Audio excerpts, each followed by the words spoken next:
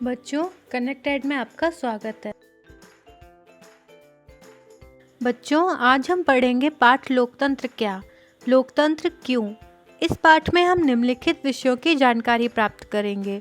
लोकतंत्र क्या है, लोकतंत्र की विशेषताएं, लोकतंत्र ही क्यों, लोकतंत्र का बृहत्तर अर्थ, पाठ से जुड़े प्रश्न उत्तर। पिछले अध्याय की कक्षाओं में और विश्लेषण से हमें इस बात का अभ्यास हुआ कि लोकतंत्र कैसा होता है। उन कथाओं में हमने कुछ सरकारों को लोकतांत्रिक कहा था और कुछ को अलोकतांत्रिक या गैर लोकतांत्रिक। हमने देखा कि इनमें से कुछ देशों की सरकारें औरों से भिन्न हैं। आइए अब इन कथाओं से हम कुछ सबक सीखें और कुछ और बुनियादी सवाल पूछें। लोकतंत्र क्या है, इसकी विशेषताएं क्या हैं? हम बहुत सरल परिभाषा से शुरुआत करते हैं, फिर हम बारी बारी से इन बिंदुओं का व्यवहारिक अर्थ जानेंगे। यहाँ हमारा उद्देश्य किसी भी सरकार के लोकतांत्रिक होने की न्यूनतम विशेषताओं को चिन्हित करना है। ये अध्याय पढ़ लेने के बाद हम लोकतांत्रिक और गैर लोकतांत्रिक शासन में अंतर कर सकते हैं। अध्याय के अंत में हम इन न्यूनतम लक्ष्य से आगे बढ़कर लोकतंत्र की बृहत्तर परिभाषा पर आएंगे। पिछले अध्याय में हमने जाना है कि समकालीन दुनिया में लोकतंत्र ही सबसे लोकप्रिय शासन पद्धति है। पर ऐसा क्यों है? कौन सी चीज़ इसे दूसरी व्यवस्थाओं से बेहतर बनाती है? क्या सही शासन की सर्वोत्तम व्यवस्था है? इन सवालों पर हम इस अध्याय के बाद वाले हिस्से में चर्चा करेंगे। पिछले अध्याय में हमने दुनिया के कई हिस्सों के अनेक विवरण पढ़े। इन विवरणों में हमने अनेक शासन व्यवस्थाओं और संगठनों पर चर्चा की। इनमें से कुछ शासन व्यवस्थाओं को हम लोकतंत्र कहते हैं, दूसरों को गैर लोकतांत्रिक शासन व्यवस्था कहा गया है। क्या हम जिन्हें सरकारों लोकतांत्रिक कहते हैं, उन सभी देशों की सरकारों के बारे में कोई एक बड़ी चीज़ याद कर सकते हैं? पिनोशे के शासन से पहले और बाद का चिले, कम्युनिस्ट शासन व्यवस्था समाप्त होने के बाद का पोलैंड, एनक्रुमा की सरकार के शुरुआती दौर का घाना, इन सभी सरकारों में कौन सी एक बात समान है? हम इन्हें लोकतांत्रिक सरकार क्यों कहते हैं?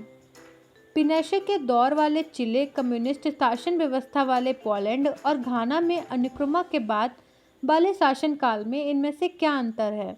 इन सरकारों और म्यांमार के सैनिक शासन में क्या क्या समानताएं हैं? हम इन सरकारों को गैर लोकतांत्रिक क्यों कहते हैं? इन्हीं बातों के आधार पर सरकारों की कुछ सामान्य विशेषताएं लिखें। लोकतांत्रिक सरकारें, गैर लोकतांत्रिक सरकारें। आगे बढ़ने से पहले आइए सबसे पहले एक मेधावी छात्रा मेरी की आपत्ति पर गौर किया जाए। वह लोकतंत्र को परिभाषित करने के इस तरीके को पसंद नहीं करती और कुछ बुनियादी सवाल पूछना चाहती है। उसके अध्यापिका मैटिल्डा लिंगदो ने उसके सवालों का जवाब देना शुरू किया तो कक्षा की अन्य छात्राएं भी इस चर्चा में भाग लेने लगीं। मैरी मैडम, मुझे ये तरीका ठीक नहीं लगता।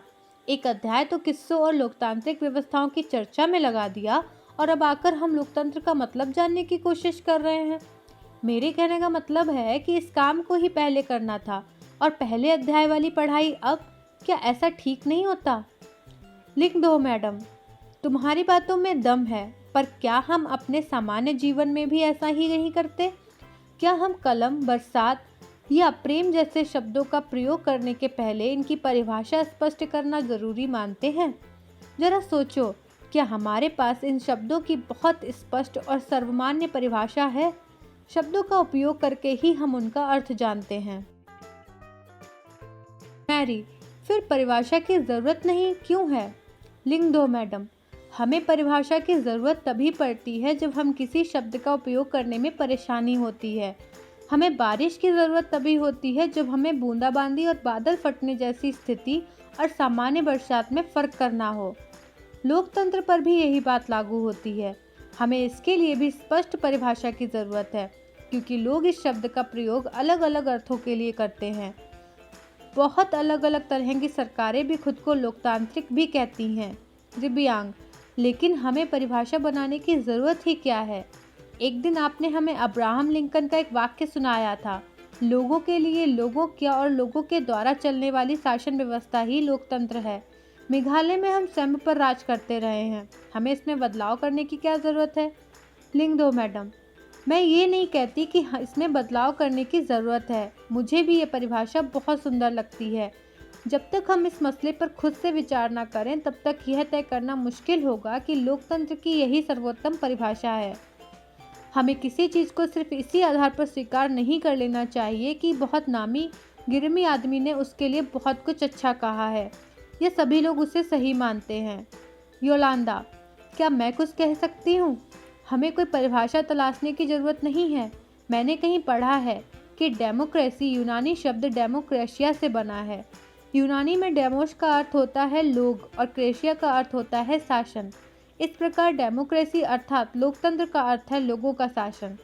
यही सही अर्थ है, फिर परिभाषा की क्या ज़रूरत है? लिंग 2 मैडम, इस सवाल पे विचार करने का ये भी बहुत उपयोगी तरीका है, लेकिन मैं इतना कहूँगी कि सिर्फ शब्द की उत्पत्ति से परिभाषा निकालना एकदम उचित नहीं होता है। शब्द का अर्थ हमेशा उसके मूल से जुड़ा या बंधा नहीं रहता है।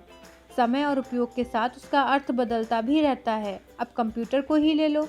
कंप्यूटर शब्द गणना शब्द से बना है। कठिन गणना को आसान करने के लिए बनाया गया यंत्र कंप्यूटर कहलाता है। कंप्यूटर एक शक्तिशाली कैलकुलेटर है, लेकिन आज शायद ही कोई कंप्यूटर को गणना शब्द से उपयोग करता होगा। अब तो कंप्यूटर का उपयोग लिखने में, पढ़ने में, डिज़ाइन बनाने में, फिल्में देखने में और अन्य कार्य को करने के लिए किया जाता है। शब्द वही रहते हैं, लेकिन समय बीतने पर उसका अर्थ बदल जाता है। ऐसे में किसी भी शब्द के मूल अर्थ पर ही निर्भर रहना सही नहीं है। मैरी, मैडम, आपके कहने का मतलब है कि इसकी परिभाषा सोचने का कोई शॉर्टकट नहीं है। हमें इसकी परिभाषा करने के लिए इसके अर्थ पर गौर करना होगा। लिंग 2 मैडम, एकदम सही। इसीलिए आओ अब यह काम कर डालें। आइए उस चर्चा पर फिर से गौर करें जो खुद को लोकतांत्रिक बताने का दावा करने वाली सरकारों के बीच की समानताओं और असमानताओं से जुड़ी थी। पिछले अध्याय में हमने सभी लोकतांत्रिक व्यवस्था की पहचान के लिए एक बहुत ही सरल पैमाने की पहचान की थी। यह पैमाना था लोगों के पास अपनी सरकार को चुनने का अधिकार होना। इसीलिए हम एक सरल परिभाषा से शुरुआत कर सकते हैं। लोकतंत्र शासन का एक ऐसा रूप है जिसमें शासकों का चुनाव लोग करते हैं। यह एक उपयोगी शुरुआत है। ये परिभाषा बहुत स्पष्ट ढंग से लोकतांत्रिक और गैर लोकतांत्रिक शासन व्यवस्था में अंतर कर देती है। म्यांमार के सैनिक शासकों का चुनाव लोगों ने नहीं किया है। जिन लोगों का सेना पर नियंत्रण था वे देश के शासक बन गए। शासक के फैसलों में लोगों की कोई भागीदारी नहीं है। पिनोशे जैसे तानाशाहों का चुनाव लोग नहीं करते। यही बात राजशाहियों पर भी लागू होती है। नेपाल के राजा और सऊदी अरब के शाह लोगों द्वारा शासन नहीं चुने गए हैं, बल्कि राज परिवार में जन्म लेने के कारण उन्होंने ये हक पाया है। लेकिन यह सरल परिभाषा पूर्ण या पर्याप्त नहीं है। इससे हमें यह समझ में आता है कि लोकतंत्र का मतलब लोगों का शासन है। पर इस परिभाषा का प्रयोग यदि हमने बिना सोचे समझे किया तो फिर उन सभी सरकारों को लोकतांत्रिक कहना पड़ेगा जो चुनाव करवाती हैं, और फिर हम सही नतीजे पर नहीं पहुंच पाएंगे। जैसे कि हम अध्याय 4 में देखेंगे कि समकालीन दुनिया ही हर सरकार चाहे वह लोकतांत्रिक हो या ना हो, खुद को लोकतांत्रिक कहलवाना चाहती है। इसीलिए हमें असली लोकतंत्र और दिखावटी लोकतंत्र वाली सरकारों के बीच में सावधानी पूर्वक फर्क करना होगा। यह काम हम तभी कर पाएंगे जब हम इस परिभाषा के एक एक शब्द को सावधानी से बरतें, समझें और लोकतांत्रिक सरकार की विशेषताओं को जानें। हमने इस सरल परिभाषा के साथ शुरुआत की है कि लोकतंत्र शासन का एक रूप है जिसमें जनता शासकों का चुनाव करती है। इससे अनेक सवाल उठ खड़े होते हैं।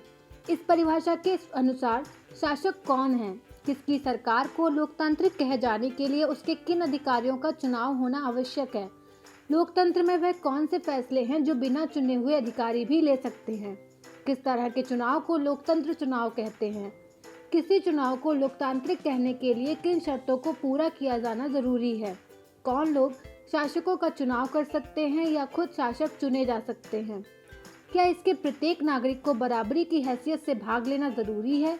क्या कोई लोकतांत्रिक व्यवस्था अपने कुछ नागरिकों को इस अधिकार से वंचित कर सकती है? सरकार के किस स्वरूप को लोकतांत्रिक कहेंगे? क्या चुने हुए शासक लोकतंत्र में अपनी मर्जी से सब कुछ कर सकते हैं या लोकतांत्रिक सरकार के लिए कुछ लक्ष्मण रेखाओं में बांधकर काम करना जरूरी है? क्या लोकतांत्रिक शासन व्यवस्था को नागरिकों के कुछ अधिकारियों का आदर करना चाहिए? आइए कुछ उदाहरण के साथ इन सब पर बारी बारी से विचार करें।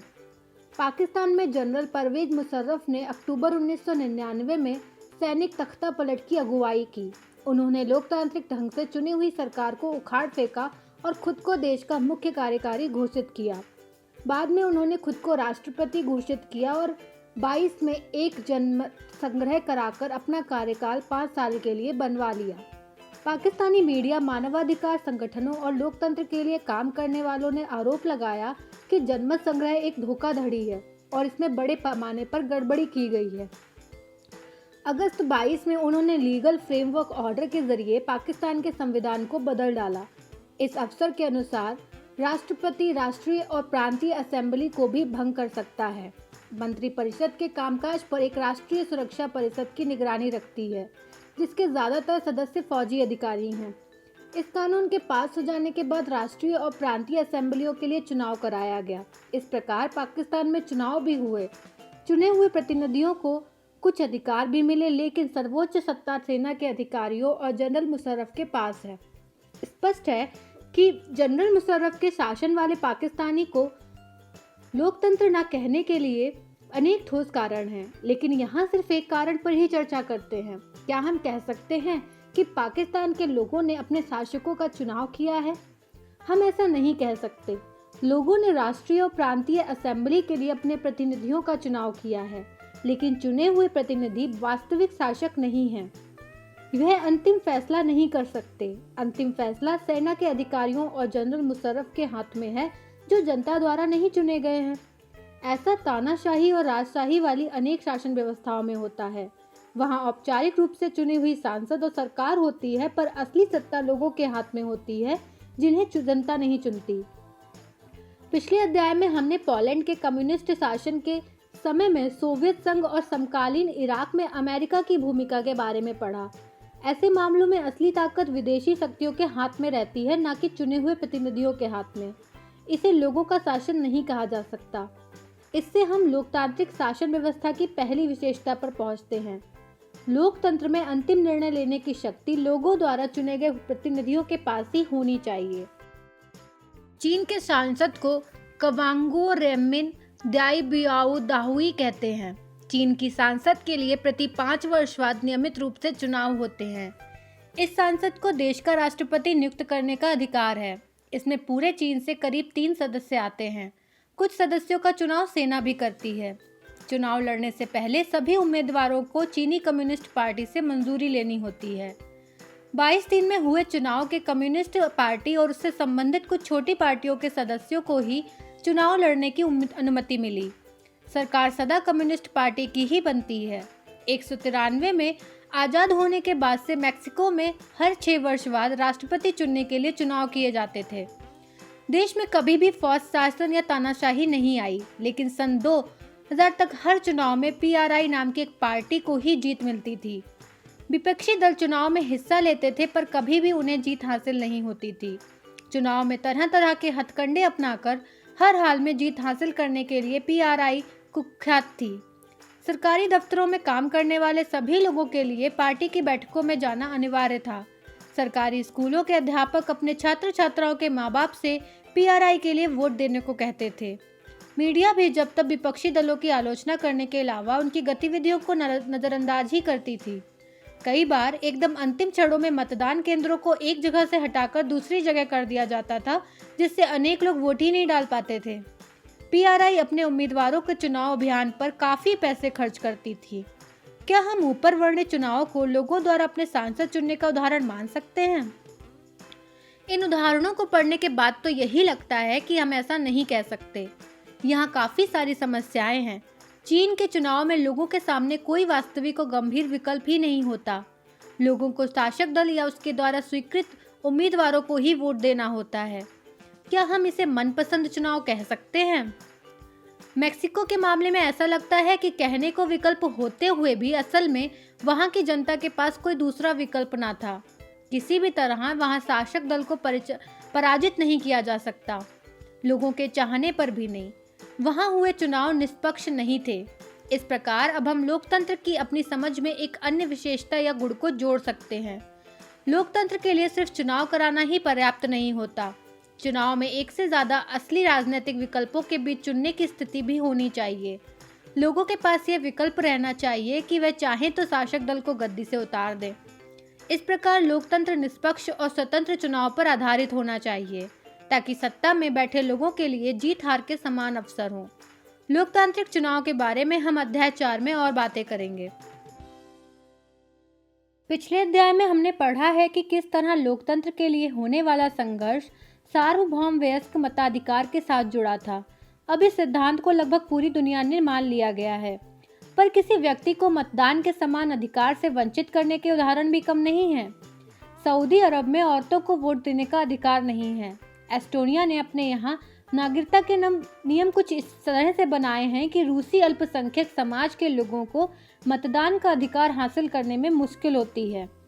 फिजी की चुनाव प्रणाली में वहाँ के मूल निवासियों के वोट का महत्व भारतीय मूल के फिजी नागरिक के वोट से ज़्यादा है।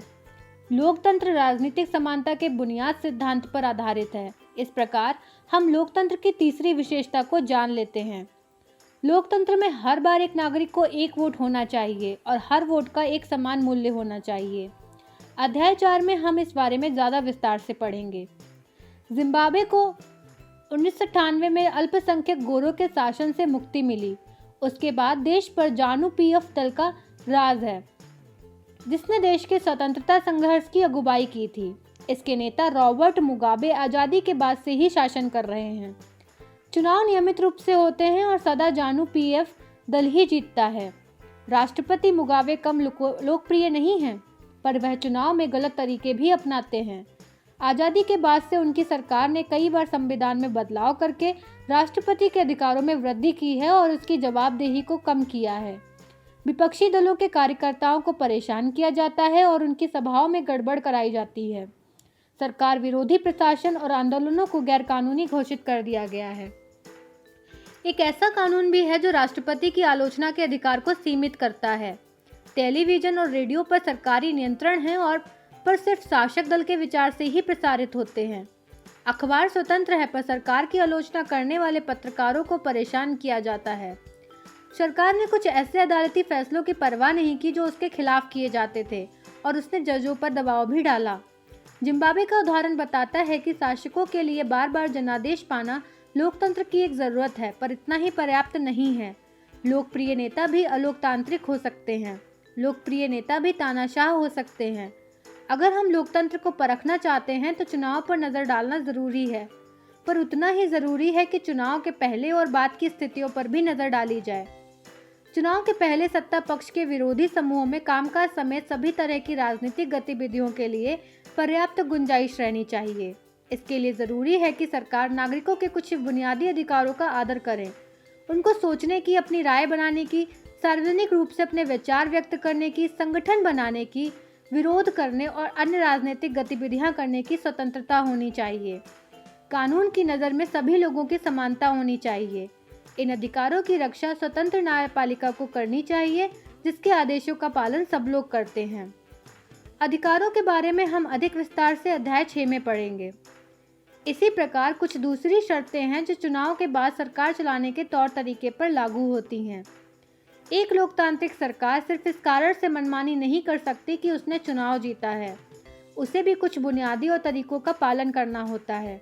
खास तौर से उसे अल्पमत वाले समूहों को दी गई कुछ गारंटियों का आदर करना होता है। हर प्रमुख फैसला लंबे विचार विमर्श के बाद लेना होता है। हर पदाधिकारी को उस पद के साथ जोड़े अधिकार और जिम्मेदारियां सावधानी द्वारा दी जाती हैं।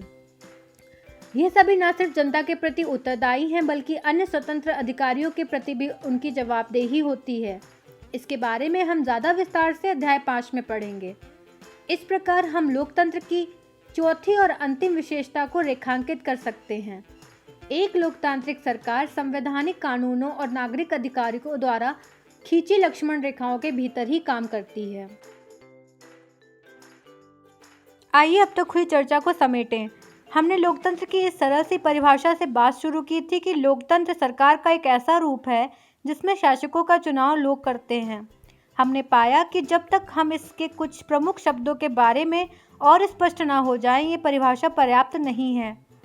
अनेक उदाहरणों के जरिए हमने शासन के एक तरीके के रूप में लोकतंत्र की 4 विशेषताओं को रेखांकित किया है। इसके अनुसार लोकतंत्र शासन का एक ऐसा रूप है जिसमें लोगों द्वारा चुने गए शासक ही सारे प्रमुख फैसले करते हैं। चुनाव लोगों के लिए निष्पक्ष अवसर और इतने विकल्प उपलब्ध कराता है कि वे चाहें तो मौजूदा शासकों को बदल सकते हैं। यह विकल्प और अवसर सभी लोगों को समान रूप से प्राप्त हों और इस चुनाव से बनी सरकार संविधान द्वारा तय बुनियादी कानूनों में नागरिक अधिकारों के दायरे को मानते हुए काम करती है। मैडम लिंगदो की कक्षा में एक बहस शुरू हुई थी। उन्होंने इस अध्याय को यहाँ तक पढ़ने के बाद छात्रों से पूछा कि क्या उन्हें लोकतंत्र ही शासन का सबसे अच्छा स्वरूप लगता है। इस सवाल पर सबने कोई न कोई टिप्पणी की। योलांदा, हम लोकतांत्रिक देश में रहते हैं। हमने पिछले अध्याय में पढ़ा कि दुनिया भर में सभी जगह लोग लोकतंत्र चाहते हैं। जिन देशों में पहले लोकतांत्रिक शासन प्रणाली नहीं थी, वहाँ भी अब इसे अपनाया जा रहा है। सभी महान लोगों ने लोकतंत्र के बारे में अच्छी अच्छी बातें कही हैं। क्या इतने से ही यह स्पष्ट नहीं हो जाता कि लोकतंत्र सबसे अच्छा है? क्या अब भी इस पर बहस करने की ज़रूरत है?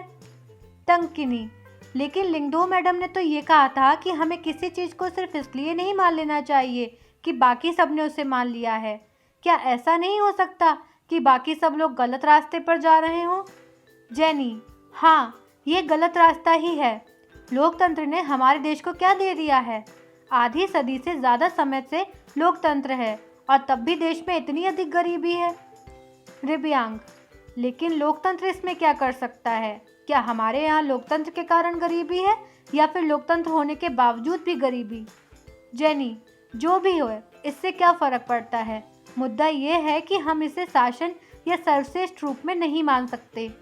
लोकतंत्र का मतलब है अराजकता, अस्थिरता, भ्रष्टाचार और दिखावा। राजनेता आपस में ही लड़ते रहते हैं। देश की परवाह किसे है? पाईमोन, तो फिर इसकी जगह कौन सी प्रणाली होनी चाहिए? क्या अंग्रेजी हुकूमत वापस लाई जाए? बाहर से किसी राजा को देश पर शासन के लिए बुलाया जाए? रोज़, पता नहीं, पर मुझे लगता है कि देश को एक मजबूत नेता की ज़रूरत है। ऐसे नेता की जिसे चुनाव की, सांसद की परवाह ना हो। एक ही नेता के पास सारे अधिकार हों। देश के हित में कुछ भी जरूरी हो वह सब करने में सक्षम होना चाहिए। सिर्फ इसी से देश की गरीबी और भ्रष्टाचार खत्म होगा। कोई पीछे से चिल्लाया, इसी को तानाशाही कहते हैं। दोई, अगर वह व्यक्ति सत्ता का उपयोग उसे अपने लिए और अपने परिवारों के लिए करने लगे तो क्या होगा? अगर वह खुद भ्रष्ट हो तो? रोज़, मैं सिर्फ ईमानदार, संजीदा और मजबूत नेता की बात कर रही हूँ। दोई, ये ठीक नहीं है। तुम वास्तविक लोकतंत्र की तुलना आदर्श तानाशाही के साथ कर रही हो। हम आदर्श की तुलना आदर्श के साथ और वास्तविक की तुलना वास्तविक से करनी चाहिए। ज़रा तानाशाहों के वास्तविक जीवन के बारे में पढ़ो।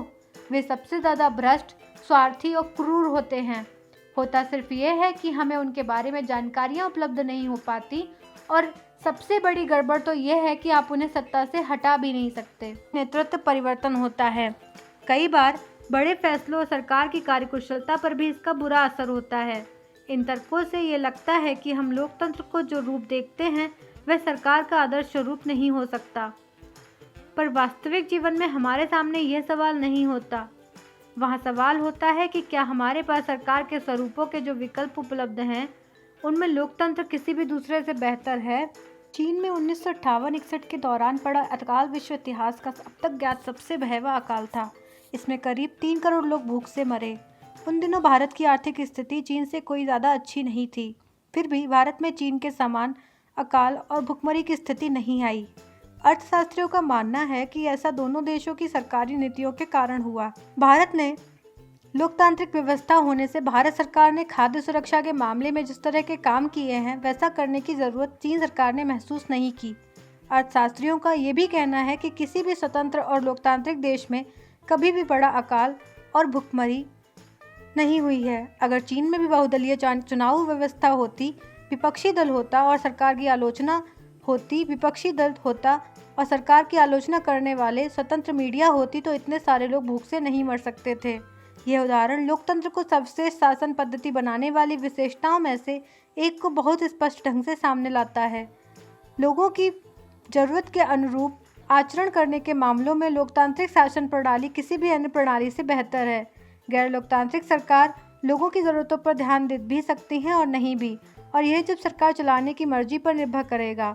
अगर शासकों को कुछ करने की ज़रूरत है तो उनके लोगों की इच्छा के अनुरूप काम करने की ज़रूरत नहीं है, पर लोकतांत्रिक में यह ज़रूरी है कि शासन करने वाले आम लोगों की ज़रूरतों पर तत्काल ध्यान दें।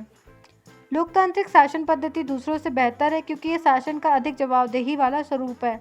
गैर लोकतांत्रिक सरकारों की तुलना में लोकतांत्रिक सरकारों के बेहतर फैसले करने का एक अन्य कारण भी है। लोकतंत्र का आधार व्यापक चर्चा और बहसें हैं। लोकतांत्रिक फैसले में हरदम ज़्यादा लोग शामिल होते हैं, चर्चा करने के फैसले होते हैं, बैठकर होती है। अगर किसी एक मामले पर अन्य लोगों की सोच लगी हो तो उसमें गलतियों का गुंजाइश कम हो जाती है। इसमें कुछ ज़्यादा समय ज़रूर लगता है, लेकिन महत्वपूर्ण मामलों पर थोड़ा समय लेकर फैसले करने के आगे लाभ भी हैं। इससे ज़्यादा उग्र या गैर जिम्मेवार फैसले लेने की संभावना घटती है। इस प्रकार लोकतंत्र बेहतर निर्णय लेने की संभावना बढ़ाता है।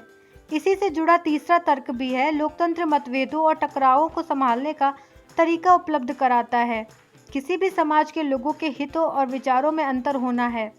भारत की तरह भारी सामाजिक विविधता वाले देश में इस तरह का अंतर और भी ज़्यादा होता है। अलग अलग इलाकों में अलग अलग समूहों के लोग रहते हैं, विभिन्न भाषाएं बोलते हैं, उनकी धार्मिक मान्यता अलग अलग है और जातियां भी जुदा जुदा। दुनिया को यह सभी अलग अलग दृष्टिकोण से देखते हैं और उनकी पसंद में भी अंतर है। एक समूह की पसंद और दूसरे समूह की पसंद में टकराव भी होता है। ऐसे टकराव को कैसे सुलझाएंगे? इसे ताकत के बल पर सुलझाया जा सकता है। जिस समूह के पास ज़्यादा ताकत होगी वह दूसरे को दबा देगा और कमज़ोर समूह को इसे मानना होगा, लेकिन इससे नाराज़गी और असंतोष पैदा होगा। ऐसी स्थिति में विभिन्न समूह ज़्यादातर एक समय तक साथ नहीं रह सकते। लोकतंत्र इस समस्या का एकमात्र शांतिपूर्ण समाधान उपलब्ध कराता है। लोकतंत्र में कोई भी स्थायी विजेता नहीं होता और कोई स्थायी रूप से पराजित नहीं होता। विभिन्न समूह एक दूसरे के साथ शांतिपूर्ण ढंग से रह सकते हैं। भारत की तरह विविधता वाले देश को लोकतंत्र ही एकजुट बनाए हुए है।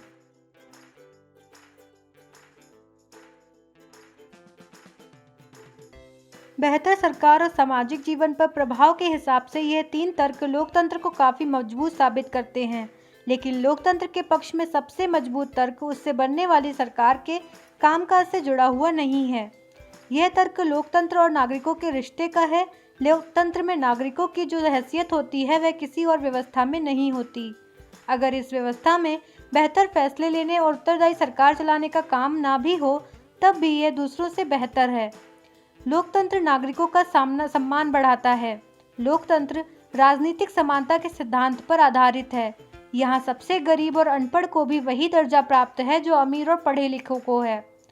लोग किसी शासक की प्रजा न होकर खुद अपने शासक हैं। अगर वे गलतियां करते हैं तब भी वे खुद के इसके लिए जवाबदेही होते हैं। लोकतंत्र के पक्ष में आखिरी तर्क यह है कि लोकतांत्रिक व्यवस्था दूसरों से बेहतर है क्योंकि इसमें हमें अपनी गलती ठीक करने का अवसर भी मिलता है। जैसा कि हमने ऊपर देखा है, इस बात की कोई गारंटी नहीं है कि लोकतंत्र में कोई गलती नहीं हो सकती। किसी भी किस्म की सरकार इस बात की गारंटी नहीं दे सकती। इस मामले में लोकतंत्र का लाभ यह है कि इसमें गलतियों को ज़्यादा देर तक छुपाए नहीं रखा जा सकता।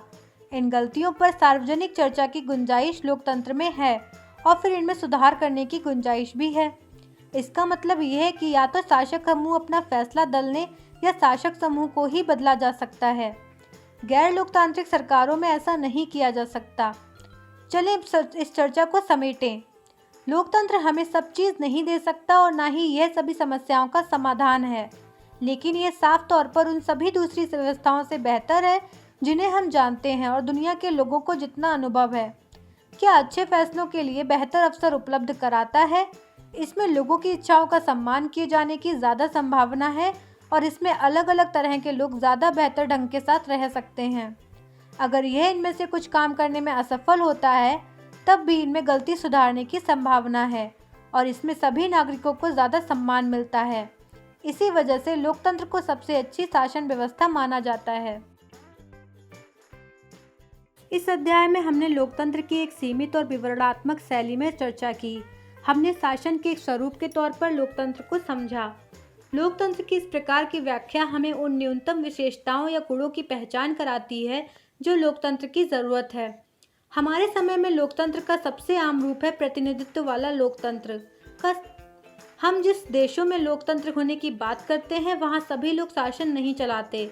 सभी लोगों की तरफ से बहुमत के फैसले लेने का अधिकार होता है और ये बहुमत भी स्वयं शासन नहीं चलाता। बहुमत का शासन भी चुने हुए प्रतिनिधियों के माध्यम से होता है। यह जरूरी हो जाता है क्योंकि आधुनिक लोकतांत्रिक शासन व्यवस्था में इतने अधिक लोग होते हैं कि हर बात के लिए सबको साथ बैठकर सामूहिक फैसला कर पाना संभव नहीं हो सकता। अगर यह संभव हो तब भी हर एक नागरिक के पास हर फैसले में भाग लेने का समय, इच्छा या योग्यता और कौशल नहीं होता। इसमें हमें लोकतंत्र की स्पष्ट लेकिन न्यूनतम जरूरी समझ मिलती है। इस स्पष्टता से हमें लोकतांत्रिक और अलोकतांत्रिक सरकारों में अंतर करने में मदद मिलती है, लेकिन इससे हमें एक सामान्य लोकतंत्र और एक अच्छे लोकतंत्र के बीच अंतर करने की क्षमता नहीं मिल सकती, जिससे हम लोकतंत्र को सरकार से परे जाकर नहीं समझ पाते। इसके लिए हमें लोकतंत्र के बृहत्तर अर्थ को समझना होगा। कई बार हम लोकतंत्र का प्रयोग सरकार से अलग संगठनों के लिए करते हैं। जरा इन कथनों पर गौर कीजिए। हम लोगों का परिवार काफी लोकतांत्रिक है। जब भी फैसला करना होता है तो हम सभी साथ बैठकर आपसी सहमति से फैसले लेते हैं। फैसले में मेरे विचारों का भी उतना ही महत्व होता है जितना मेरे पिताजी का। मुझे वह शिक्षक नापसंद है जो कक्षा में छात्रों को बोलने और सवाल पूछने की इजाज़त नहीं देते। मैं तो ऐसा शिक्षक पसंद करूंगी जो लोकतांत्रिक मानसिकता का हो।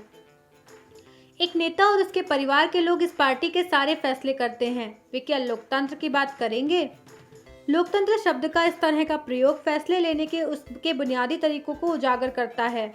लोकतांत्रिक फैसले का मतलब होता है उस फैसले से प्रभावित होने वाले सभी लोगों के साथ विचार विमर्श के बाद और उनकी स्वीकृति से फैसले लेना, यानी जो बहुत शक्तिशाली ना हो उसका भी किसी फैसले में उतना ही महत्व होना जितना किसी बहुत शक्तिशाली का।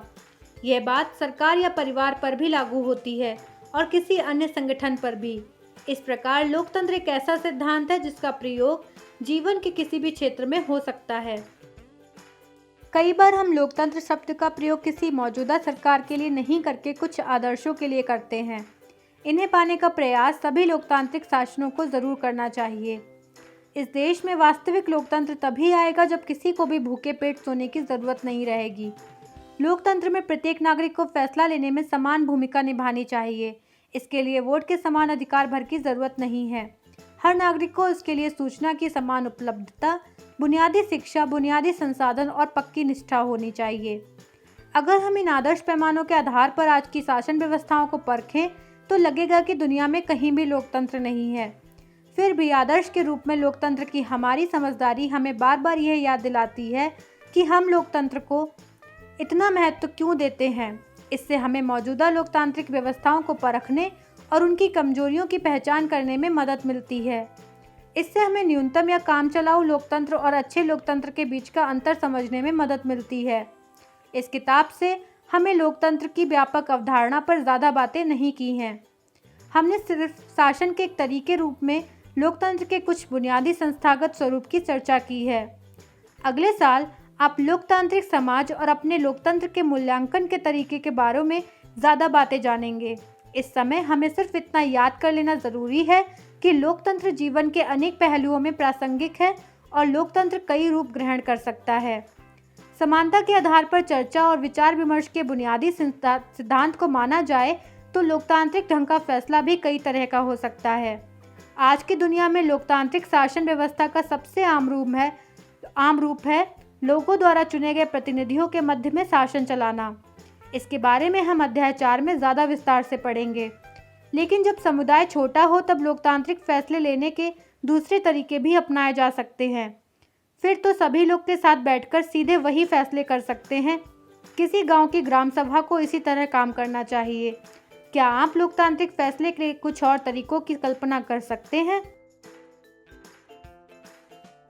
इसका यह भी मतलब हुआ कि किसी भी देश में आदर्श लोकतंत्र नहीं है। लोकतंत्र की जिन विशेषताओं की चर्चा हमने इस अध्याय में की वे लोकतंत्र की न्यूनतम शर्तें हैं, पर इससे यह आदर्श लोकतंत्र नहीं बनता। एक आदर्श लोकतंत्र में निर्णय लेने की प्रक्रिया लोकतांत्रिक होनी चाहिए। हर लोकतंत्र को इस आदर्श को पाने का प्रयास करना चाहिए। यह स्थिति एक बार में और एक साथ सभी के लिए हासिल नहीं की जा सकती। इसके लिए लोकतांत्रिक फैसले लेने की प्रक्रिया को बचाए रखने और मजबूत करते जाने की ज़रूरत होती है। नागरिक के तौर पर हम जो भी काम करते हैं वह भी हमारे देश के लोकतंत्र को अच्छा या खराब करने में मदद करता है। यही लोकतंत्र की ताकत है और यही कमजोरी भी। देश का भविष्य शासकों के कामकाज से भी ज़्यादा नागरिकों के कामकाज पर निर्भर करता है। यही चीज़ लोकतंत्र को अन्य शासन व्यवस्थाओं से अलग करती है। राजशाही, तानाशाही या एक दल के शासन जैसी अन्य व्यवस्थाओं में सभी नागरिकों को राजनीति में हिस्सेदारी करने की ज़रूरत नहीं रहती। दरअसल अधिकांश गैर लोकतांत्रिक सरकारें चाहती ही नहीं कि लोग राजनीति में हिस्सा लें, लेकिन लोकतांत्रिक व्यवस्था सभी नागरिकों को सक्रिय भागीदारी पर ही निर्भर करती है। इसके लिए लोकतंत्र के बारे में पढ़ाई हो तो लोकतांत्रिक राजनीति पर भी ध्यान केंद्रित करना चाहिए। पाठ से जुड़े प्रश्न। लोकतंत्र क्या है? क्या लोकतंत्र की कोई खास परिभाषा है? चीन में पड़े अकाल का सबसे महत्वपूर्ण कारण क्या था? क्या इसमें लोकतांत्रिक व्यवस्था किसी प्रकार से सहयोगी हो सकती थी? आपके मत में लोकतंत्र शासन व्यवस्था कहाँ तक सही है?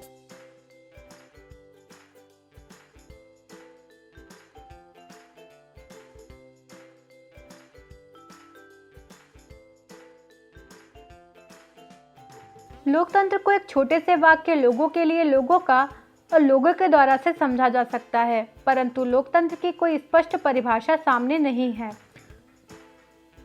लोकतंत्र का शाब्दिक अर्थ है लोक अर्थात लोग और तंत्र अर्थात कार्य। शाब्दिक अर्थ के अनुसार लोगों के द्वारा किया गया कार्य अर्थात जो शासन व्यवस्था लोगों द्वारा चुनी जाती है लोगों की भलाई और कार्यपूर्ति के लिए, उसी शासन व्यवस्था को लोकतांत्रिक शासन व्यवस्था कहते हैं। चीन में पड़े अकाल का सबसे मुख्य कारण था कि वहां पर लोकतांत्रिक व्यवस्था नहीं थी। वहां के कई लोग भुखमरी से मारे गए। इसका एक ही कारण था कि वहां के सरकार पर किसी प्रकार का दबाव नहीं था और किसी बात का प्रभाव नहीं था। उन्हें अपने देश की जनता की फिक्र नहीं थी। हाँ, इस मामले में लोकतांत्रिक शासन व्यवस्था बहुत प्रकार से सहयोगी साबित होता है। जिस वक्त चीन में ये घटना घटी थी उस वक्त भारत के हालात भी कुछ खास नहीं थे, परंतु लोकतांत्रिक व्यवस्था के कारण यहाँ कभी ऐसी समस्याएं उत्पन्न नहीं हुई। सरकार को विपक्षी दलों द्वारा विशेष टिप्पणी से भय रहता था। लोगों को देने के लिए उनकी जवाबदेही होती है। यही कारण है कि उन्हें दिखावे में ही लोगों के फायदे की बात सोचनी होती है।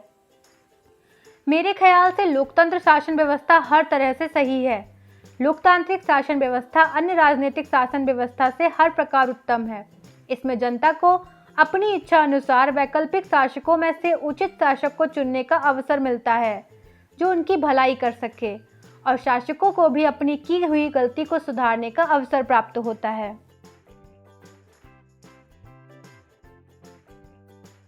बच्चों, आज का पाठ समाप्त हुआ। आशा है कि आप सबको पसंद आया। धन्यवाद।